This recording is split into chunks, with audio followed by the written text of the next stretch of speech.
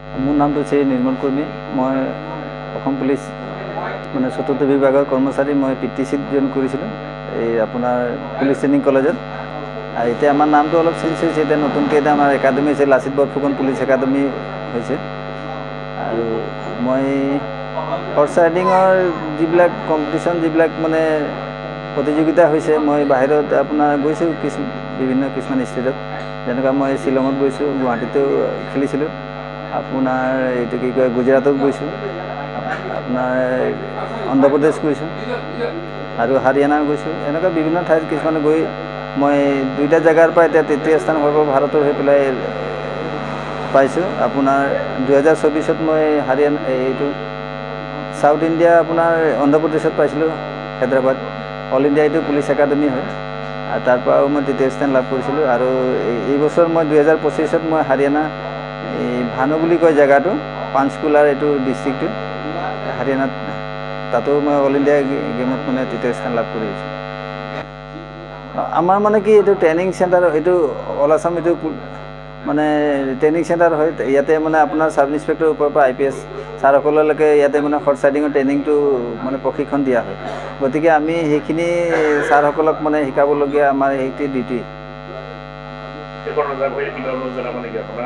হয়, মই মানে এইবাৰ যোৱাবাৰ মই যেতিয়া হায়দৰাবাদত মেডেল পাইছিলোঁ, আমি একেলগে যিবিলাক টিম পাইছিলে, কলকাতা পাইছিলে, আপোনাৰ মোৰ লগত মধ্যপ্ৰদেশ পাইছিলে, অন্ধ্ৰপ্ৰদেশ পাইছিলে। এইবাৰ মই হাৰিয়ানা যেতিয়া 2025 বৰ্গত যেতিয়া পাইছোঁ, আমি একেলগে আকৌ খেলিব যাওঁতে তেওঁলোকে অলপ উচ্চ খাপত খেলিবলৈ জইন কৰিছে। তাকে মই সুধিছিলোঁ তেওঁলোকক যে আপোনালোকৰ মানে চৰকাৰে মানে এইখিনি সুবিধা দিলে নেকি? কৈছে হয় বোলে, এনেকৈ আমি পাইছোঁ। কিন্তু আমাৰ অসমত মইতো পোৱা নাই বাৰু। আৰু যদি আগলৈকেও ছাৰসকলে উচ্চ পৰ্যায়ৰ যিবিলাক ছাৰসকল আছে, তেখেতলোকে যদি কিবা চিন্তা চৰ্চা কৰে, সেইটো আৰু ছাৰসকলৰ ওপৰত আছে। আৰু মই এইটো ক'বলৈ নাযাওঁ, এইটো ৰুলটোতো মই ইমান নাজানো, কিন্তু মই বেলেগ ষ্টেটবিলাকত পোৱা দেখিছোঁ।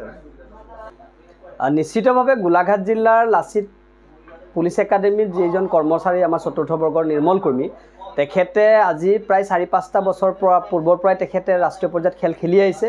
আৰু সমান্তৰালভাৱে অসম চৰকাৰৰ পুলিচ একাডেমীৰ জৰিয়তে বা অসম পুলিচৰ DGP মহোদয়ে তেখেতক সম্বৰ্ধনা জনাই আহিছে।